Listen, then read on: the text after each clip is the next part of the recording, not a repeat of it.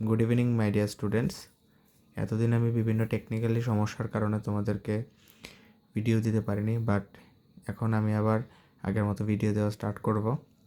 তো দেখো, এর আগের ভিডিওতে আমরা কন্টিনিউ করেছিলাম লিনিয়ার ইকুয়েশন চ্যাপ্টারের ক্লাস 8-এর কোয়েশ্চেন নাম্বার 6। তো আজকে আমরা করব question number 7।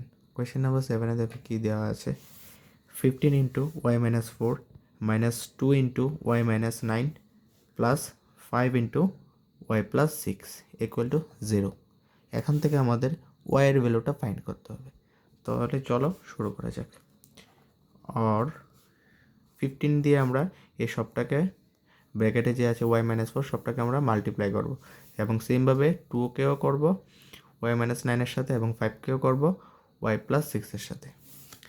15 into Y minus 4, তাহলে 15-এর সাথে ওয়াই মাল্টিপ্লাই করলে 15y হয়ে যাবে, মাইনাস 15-এর সাথে 4 মাল্টিপ্লাই করলে 60 হয়ে যাবে, minus 2y plus 18 plus 5y plus 30 equal to 0।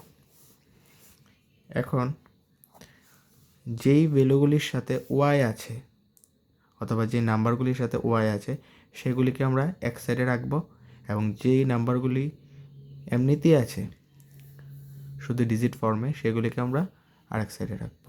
দেখো, 15y minus 2y plus 5y, আর বাকি যেই নাম্বারগুলির সঙ্গে কোনো XYZ নেই সেগুলিকে আমরা আরেক সাইডে নিয়ে যাচ্ছি। মাইনাস 60 আছে, সাইড চেঞ্জ করলে প্লাস 60 হয়ে যাবে।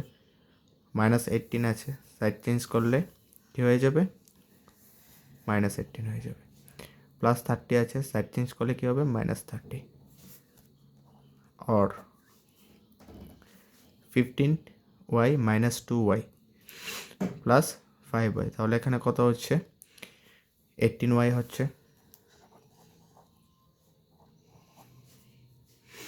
আর ইকুয়াল টু কী হচ্ছে? এখানে 12 থাকছে, 12। और y ইকুয়াল টু কী থাকছে? 12/18। সো 2 দিয়ে যদি আমরা 12কে ডিভাইড করি তাহলে কী আসছে? 6। এবং 2 দিয়ে যদি আমরা 18কে ডিভাইড করি তাহলে কী আসছে? 9। এখন 3 দিয়ে আমরা 9কেও ডিভাইড করতে পারি, 6কেও ডিভাইড করতে পারি। তাহলে 3 দিয়ে 9কে ডিভাইড করলে 3, 6কে যদি আমরা 3 দিয়ে ডিভাইড করি তাহলে 2। তাহলে আমাদের আনসার কত আসলো?